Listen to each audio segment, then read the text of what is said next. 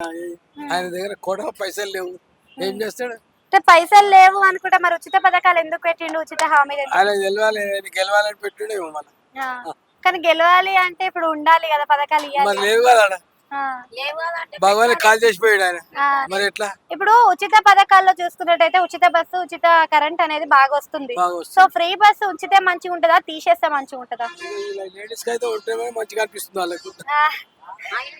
మీ మొగోళ్ళకి? మొగలకైతే జాగ్రత్తలేరు, ఆ. పైసలు ఇడిస్తలేరు ఆ. అంతే. ఓకే.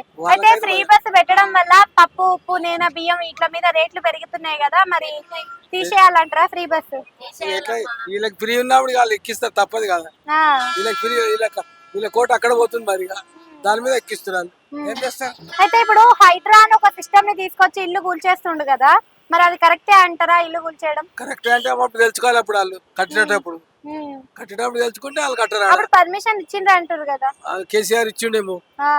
ఆయన చూసుకుంటే లేదు మరి, గవర్నమెంట్ స్థలం అని. అంటే కేసీఆర్ ప్రభుత్వంలో రైతు బీమా, రైతు భరోసా, రైతు బంధు ఇట్లాంటి రైతులకు సంబంధించిన పథకాలే ఇచ్చిండు. మరి ఈయన దాంట్లో రైతులకు సంబంధించిన రైతు రుణమాఫీ ఆయన కొట్టుకొచ్చాడు, ఎక్కడికి కొట్టుకొచ్చి ఇస్తుడు ఆయన. ఆయన కొట్టుకొచ్చిండు, మరి ఈయన దోచుకోపోయిందంటే మరి ఎట్లా రాష్ట్రం ఎట్లా బాగుపడుతుంది? ఎట్లా బాగుపడుతుంది ఇక తెలియాలి, వాళ్ళకే తెలియాలి, వాళ్ళకే తెలియాలి. మనమే లోకమే నష్టం, అంతే కదా.